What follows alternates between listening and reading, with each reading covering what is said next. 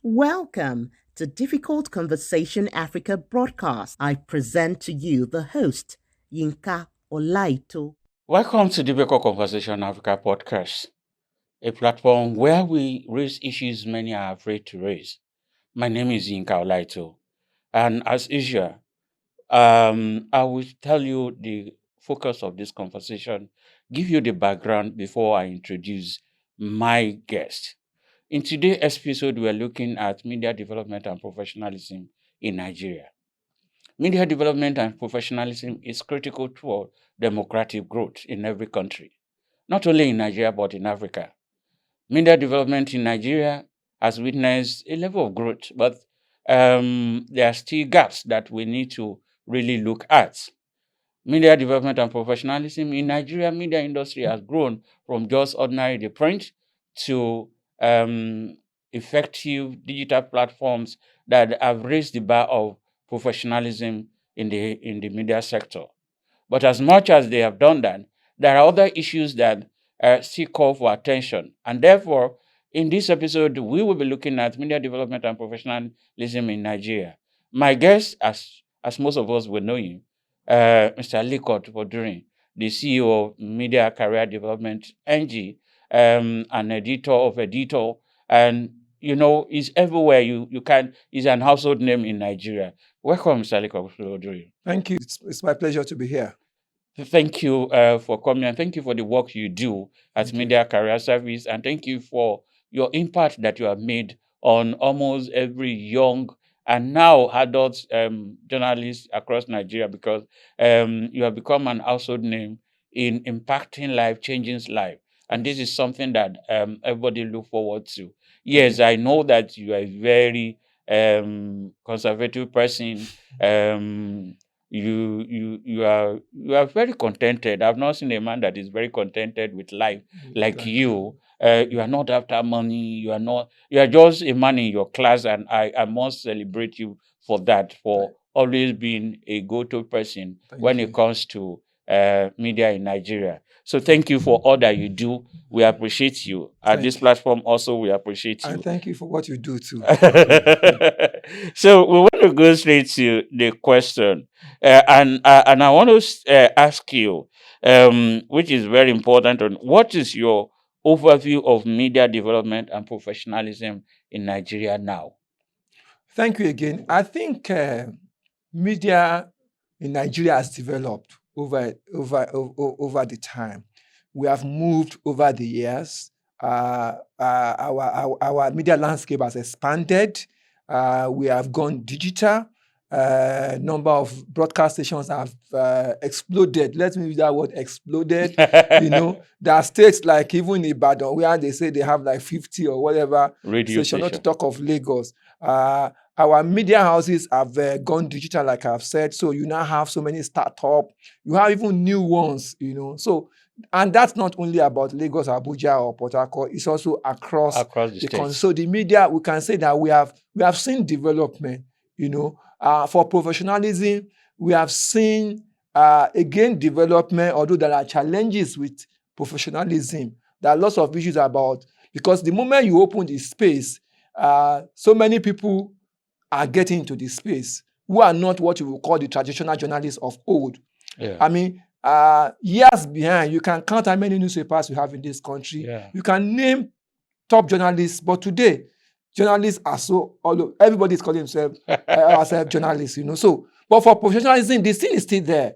There is a battle to ensure that even as we expand, that we retain the sanctity of the profession, and that is why I think it's important for people to be reminded that this thing we call journalism, it's a profession. People argue it a lot. We'll talk about that later. There are code of practice. Yeah. There are things that you are supposed to do. There are public expectation. The media is based on trust. People expect to see the truth, and people get disappointed when they don't get it. And that is why anybody who claims to practice anything around journalism must remember that trust is very, very important, and public expectation is very high. And so you can't afford to play in that circle. And also, professionally, we are growing. There are new levels of studies, there are new areas of skills that are being developed, but more importantly, we can improve on that. You talk about explosion in the media industry, Yes. where we now have. Are you saying that the explosion is good? Are we talking about numbers, quantity over quality?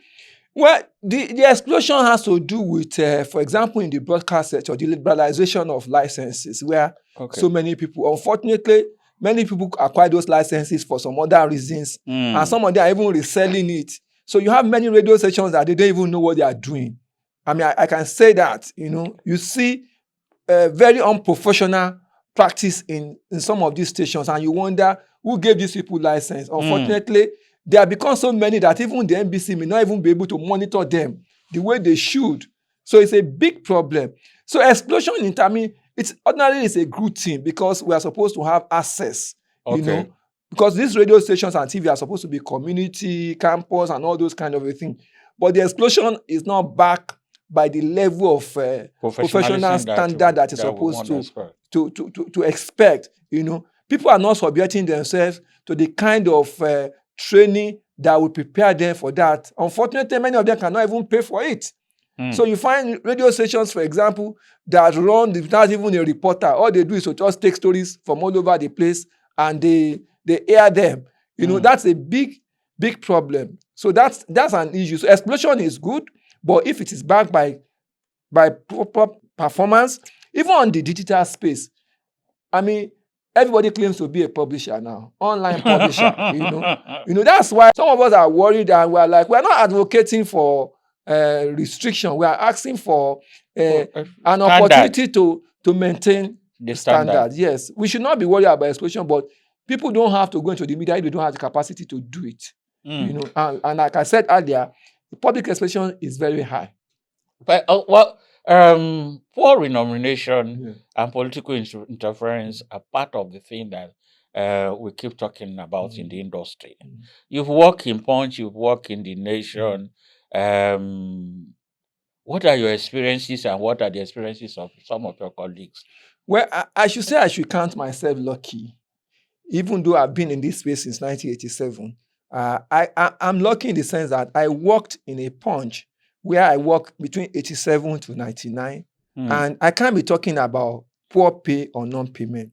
I left Punch in 99 with all my gratuity and everything, all my entitlement paid. I was not owed for a day. Wow. I was not owed for a day or a month or whatever when I left Punch.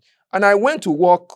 In between, I worked in a number of newspapers. And some of those experiences, I mean, what I didn't experience in Punch, I experienced within. So I left Punch in 99. And I think around 2000, I experimented in working in 2 or 3 newspapers. The experience were not like what I used to. So I didn't stay back. I didn't want to experience all those kind of things. Because some of them, they had money, they bundle it. Sometimes the problem about media is not money, it's about management. When I went to work at The Nation, another 2004-05 to 2018, I was not owed for a month or a day. And the remuneration is good enough. As I speak to you, I am on pension. Because what was deducted from my money was paid to the pension PFA, and I am on pension, which is something that is rare in the media. So only a few organizations can boast of that. Some do. So I don't have that concern, but I know that many journalists are going through hard time. Many are underpaid. Some are not paid. Some are not paid for months. There are people even talk about being freelance in some organizations for years. And that also impacts on their ability to perform maximally. So sometimes when we are asking for standard, when people are not properly remunerated, they cannot perform. You can't tell a journalist not to collect brown envelope when he doesn't even. When he had not been paid for 5-6 months. He's not even sure. Somebody gave an experience that was a training that was held at an embassy.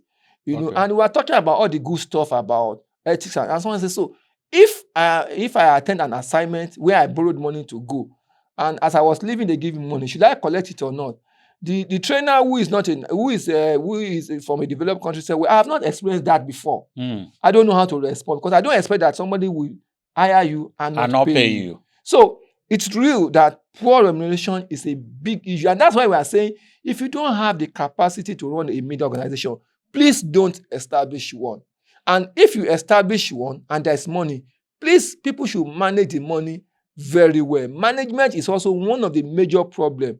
I have seen media organizations that started with lots of money, but they bungled it. You know, like I said, my experience, in those two places I have worked, I have seen best practice. I have seen people being accountable. People are asking questions. I have seen them block leakages. I've seen them being proactive. You know, so it's important that people understand that media management it's not just writing news. You know, it's about managing human resources and finance. And I think we need to emphasize that. People should understand that it's proper management. And we should, because we ask for the public best practice, corporate governance. Unfortunately, many media houses don't subscribe to that. Because ordinarily, if you run a company and you're not paying salary, at some point you'll be bankrupt. Wow. If people have said some of our media houses are living on borrowed times. Some of them don't pay salaries. They are giving awards to people. They are doing all kinds of things. Even the money they get, what do they do with it?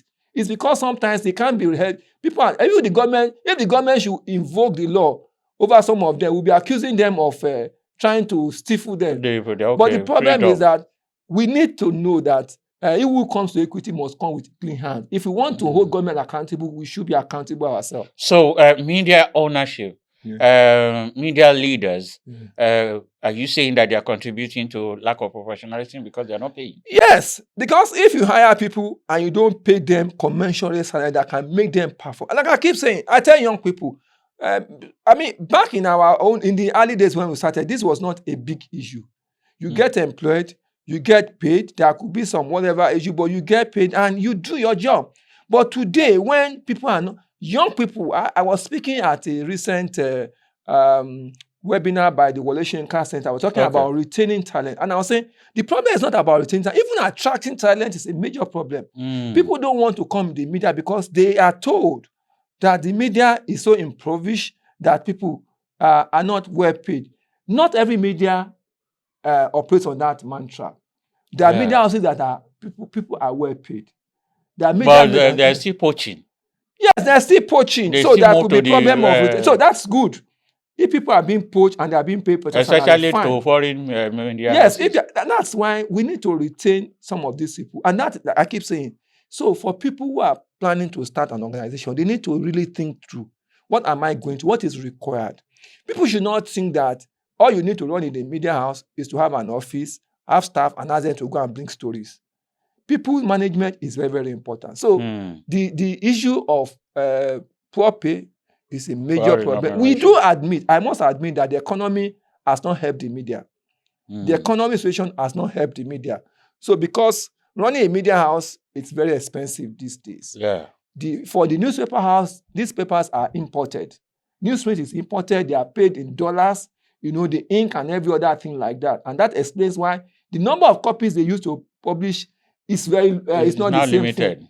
Even advert patronage is very low now. Exactly. It's very, very low. Media sustainability is also a part of what we are talking about. It's a major business problem. But what we are saying is that even within those ambits, best practice must obtain. How do you expect a reporter that you have not paid to go out and do his or her best? But why is it that they also stay in that job when they are not paid for 5-6 months? Well, honestly, I don't have an answer because I keep telling you I have no. Because people ask those questions. People tell you that, well, I don't have somewhere to go. I can hang on. And there are people who also use those opportunities to also benefit themselves. Exactly. So maybe some of them are doing that. But if the media organization or owners know what is right, they will not encourage that kind of situation. Because yes, some journalists even use that exploiter, but it is not good. Sometimes I tell myself, if people know what goes on in the media, some of the claims we make, they will dispute it. Because I mean, we are the people saying government is not paying some salary to some workers. But at the same time, we are not doing the right thing. Even paying some of it. But like I've said, the economy it's not very, very favorable.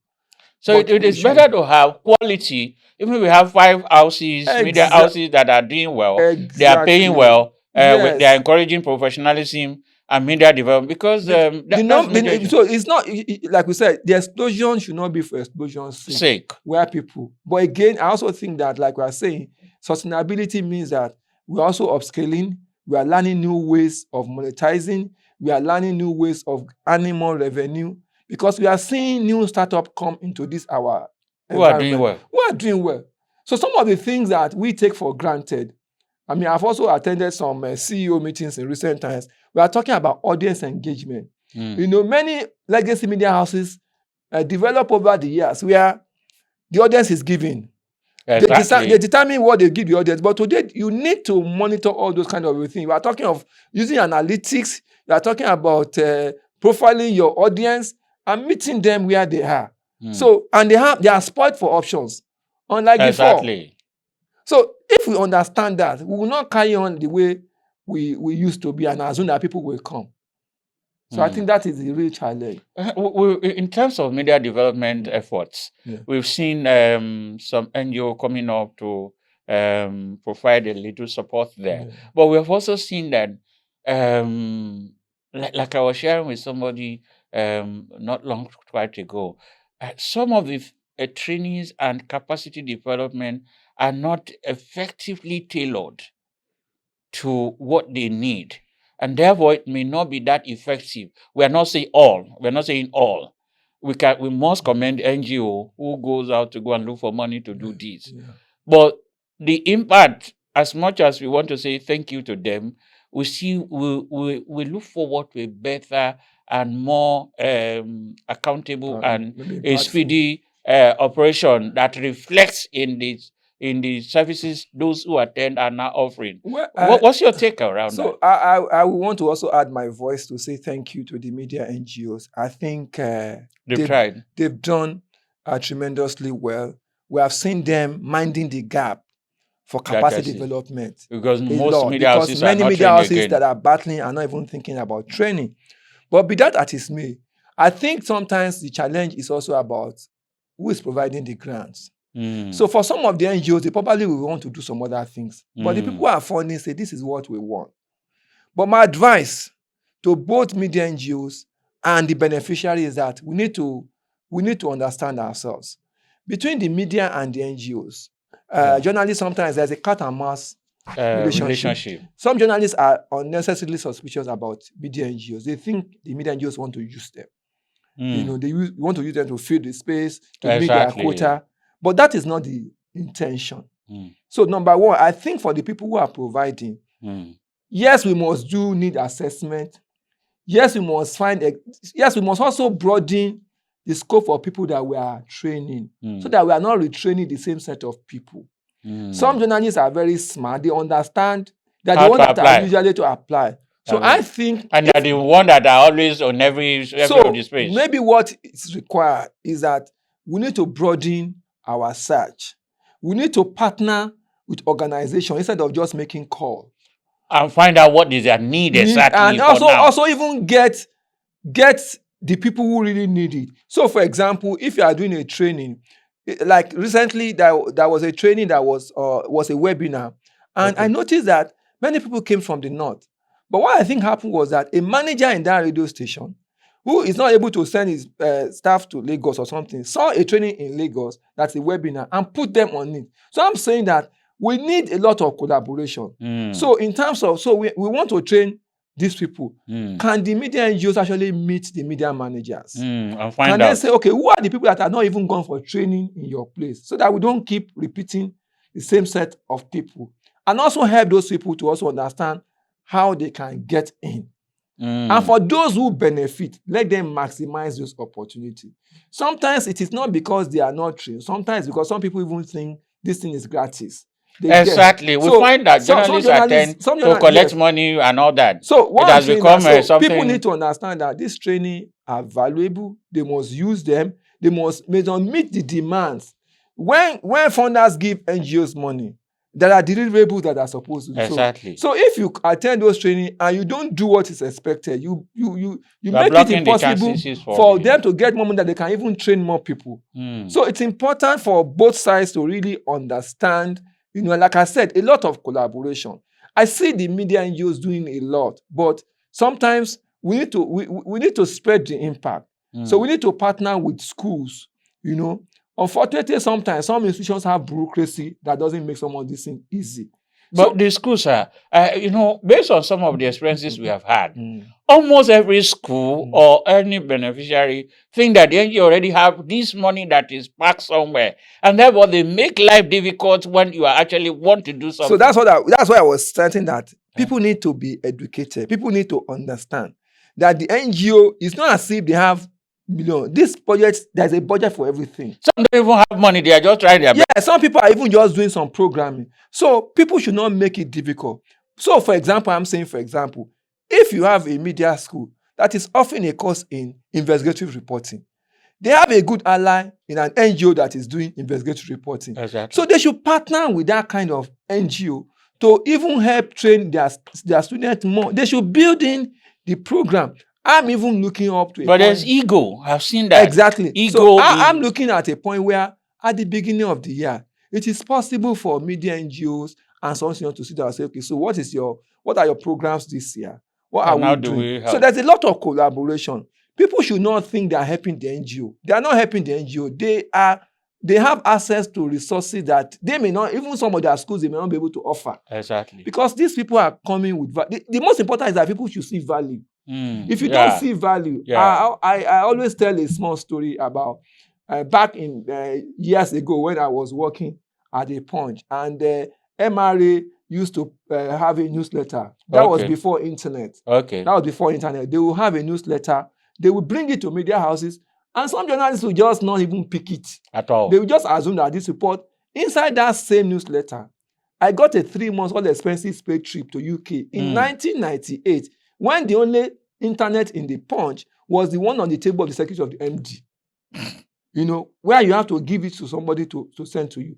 And when people found out that was what happened, the next time they brought those newsletters, they picked their own. So people should appreciate that there's value. It doesn't matter who is bringing it. But if you don't do that, we make it difficult for even the funders to continue to fund. So, and this gap that they are minding will disappear. Because it is not good that the journalists will be in a media house for years and they don't go for training. So people have to really sit down, and that is contributing to the poor quality of what is coming. So somebody is a sub-editor. That's why I was saying, so even for NGO, we need to do what I call mapping. What is the configuration of media houses? So that we're not just training only the education, health, investigative report. And even where seems to be attention. When we say investigative reporting, every bit can have investigative reporter. Exactly. So the man who is covering religion, the man who is covering business, so we should also diversify. Exactly, so and not just generalize. Yeah, so we should do mapping in a way that training will be more effective and cover beyond. There's this argument that is going about certification or no certification. Okay. I know you came from a background where you went through the tutelage, certification, and all of that. But some said that is useless, calling for certification. What is your position on that? Well, and why will you choose that position? Well, I think the problem with the recent discussion, debate, was because it started on the wrong footing. How? The person who triggered all that argument was politically minded. He was trying to attack somebody because they are political opponent.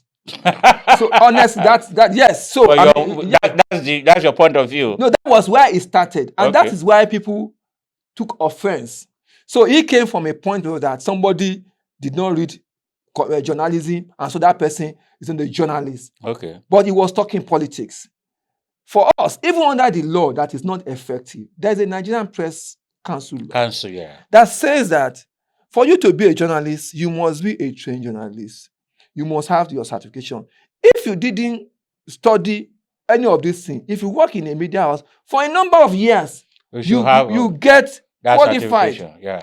So the law does not say people from others should know. So it is wrong for somebody to say that if you didn't study. What we are saying is that when you come here, you must try to study what the ethics, the requirement, the skills required. Yes. So Okay, you for can example, apply. so anybody can interview, but when you're a journalist, when you do interviewing, there are procedures. Exactly. There are things to do. So you must learn those things. I mean, and this was not how we were in this country before.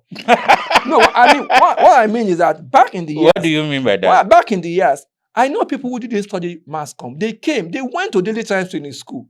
Okay, that's true. So even the employers insisted And they should go to daily time. Even daily times that had even for people who even study mass comm, they take them to the training school to give them proper grounding.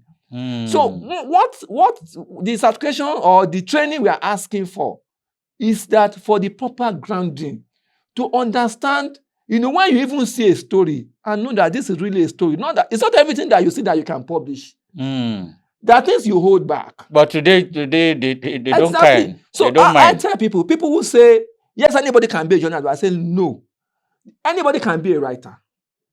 Anybody, I mean, it's under it's a fundamental right to share information. Yeah. But we're saying when you call yourself a journalist, then there are responsibility expected of you. I've had instances when I tell some people what they publish is wrong. They say, why am I saying so? I say, it violates. They say, what is ethics? They don't even know. So the point is not to ego is there, and they want to be the point first. is not to block anybody.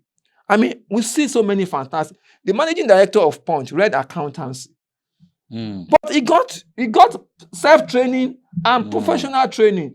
The managing director of The Nation studied sociology. Exactly. He went to daily science training school. Exactly. So many people like that. So what we're saying, when you come into this is how we do in our place, like Yobas will say. Yes. So you will get the fact that you can write does not mean that you are a journalist. Because when you write as a journalist, people edit you. Exactly. So some of the people that say they have become big, I tell people, even for people who didn't study journalism and came to journalism, the people who trained them have the experience. Exactly. And just yesterday, there's a lecturer in LASU who wrote an article that I find very profound. Even when you look at the history of mass communication, most of the theories of mass communication are not media-based. They're from psychology, they're from sociology and things. So it has been interdisciplinary.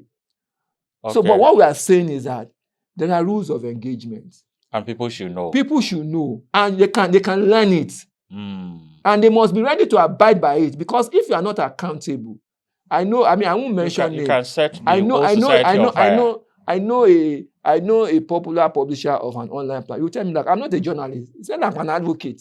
Exactly. So sometimes when we tell some people are not even, they don't want to be called journalists. So we should not say that they are the journalists. No. Even in a broadcast station, not everybody that works in a broadcast station is a broadcaster. Exactly. The fact that you read news does not make you a journalist. That's true. The fact that you run maybe a morning show does not make you a journalist. So we should understand that. Because of our time, let's look at political interference and ownership. Okay. Again, you work in at least two different newspapers, Punch and The Nation. Yeah. Those are very prominent newspapers in Nigeria. And somehow, people feel that some of their stories, particularly that are owned by politicians, are influenced somehow in a way that... But I used to say, almost everywhere, CNN and Fox, you always find that thing happening. How do we mitigate political interference? Well, I will start by saying I do admit that ownership as influences content. Okay. But I will moderate that by saying that it is not total. It is not as if these owners dictate everything word that for they do. Word. So ownership, somebody must own something. I come from that point. Because when you say ownership, that means somebody uses his money and invested it in that business. Somebody puts his money down to start a newspaper. So I'm one always say, look, let's commend those people who invest in this thing. Because if they don't invest, if they don't start that radio station, there'll be no job. The other question is, how do you operate in those places? If you invest in something and you want to have a control, well, it has implications even for you, the owner. Because if you don't meet the needs of the audience, they will not patronize you. If you have your money to spend, and that is why some people start newspaper or TV station and it collapses, because they don't find the right balance. So I think that ownership is an issue, but we should not demonize ownership. We should not make it look as it's a sin for a politician to own his own. What we should advocate is that they should be liberal. And we should also understand that the diversity of ownership is also good. So what you can't do to a politician in his paper, somebody else can do to that person. And thankfully today we have websites that can do all that. So we should allow, and like we said, this is not only ownership. The what affects media is beyond ownership. There are interests. There are even these days that are even economic interests of advertisers.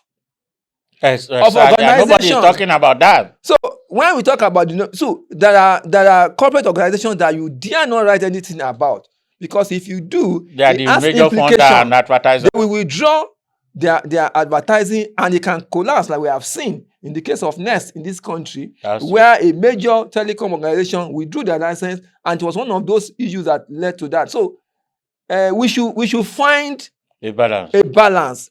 We should also train journalists to know how to work within those circles in the way that you are still able to do your work. The fact that you work in a media house that is owned by a politician does not mean that you cannot do good journalism. What it means is that you may not be able to touch him. You can touch other places. You can touch other places, and that should be good enough. Him or her. Yes. Because let's say him or her, or any other person that owns that thing. So we should know that it is something that is workable. Because of time, let me quickly round up with this question. Okay. We're talking about lack of media independence and press freedom, the law and overzealous behavior of decision makers, that use or arbitrary arrests, the cyber crime law and all that. That's number one. But I need you to, digital innovation is also helping to increase the media explosion, like we said. But the issue of fake news and misinformation and all of that, how do we, how does this affect media in development and professionalism, and what can be done? Well, I think it's a big problem. Unfortunately, it's too late to complain about the technology or the internet. So, and that's why we keep saying that we should know that freedom is not absolute. The fact that you can publish does not make it absolute. Unfortunately, it's being misused. There's a lot of misinformation and fake information. Everywhere. People are polluting the system. We used to say seeing is believing. Seeing is no longer believing. Seeing is no longer believing. Even when you hear, we used to say in this country, I read it here, I heard it here. Today, you are not sure. Exactly. So yesterday there was a story about Vanguard website that was cloned. And it was cloned and it was used to defame some people. They had to come out and say, this is not our website. So it's a very major thing. And that's why we must keep advocating a lot of media literacy so that people can even be sure of what they are getting. So they are not deceived. And we also need to appeal to people who engage in all things, that it doesn't serve anybody's right. Eventually you will be caught, you'll be found out. But unfortunately, you will have misled people. For example, if you raise up noise about a crisis that didn't exist, people in a rush to avoid it, they could also get wounded, get killed. You may misinform people. People may take action based on what they have read in your platform or what they have watched, and take action that are not necessary. So it's a major problem. But that's why even for the operators there, we need to understand it well. You need to know when you are getting information and be able to clean it up and be sure that this is the right one, so that you don't end up. I tell journalists, a journalist should not tell me that somebody misinformed me. You must have the ability to be able to decipher whether this is true or not. So the journalist must be digitally knowledgeable. And psychologically balanced to be able to. It's a big battle, but it's one of the other pressures that have been put on anybody who says a journalist today, to be able to know what is true. Because when it goes out, it's your platform that is reputed to have pushed out that false information. And when we do, under our ethics, you must own up and say this is wrong. But if it gets too much, people will tell you that your platform is not reliable. So it's important that we understand we are in a time when there is a lot of technology that can be used to discredit what we do. And we must be knowledgeable enough to use it well, so that we can maintain that trust which is very important. I keep talking about trust. Media is about trust. When we lose that trust, we will find it difficult to operate. Thank you, sir. Because I hope that I'll have this part two of this thing in the nearest future. But we want just to say thank you. The other thing that I would have loved us to speak about the cybercrime law that is being abused, which has also been repealed, and but it appears that, like many people said, cybercrime law is for Yahoo Yahoo and all those things, not really for journalists, but it's being abused every day. And an experienced journalist and editor, I would have loved to speak to that, because our time is fast spent beyond the limit that we will. So thank you once again for all you do in the industry. We appreciate you. I want to say thank you. And to all our viewers, we want to say thank you for listening and watching this episode. My name is Yinka Olaito. We appreciate that you subscribe to our YouTube channel, follow us on X and on LinkedIn and other channels. Please DM us your concerns about this program and some of the topics that you want us to discuss. Even though if you cannot do that through DM, our email is open, info@difficultconversationafrica.org. We are always available to listen to you. Thank you once again, and see you in the next episode. Bye-bye.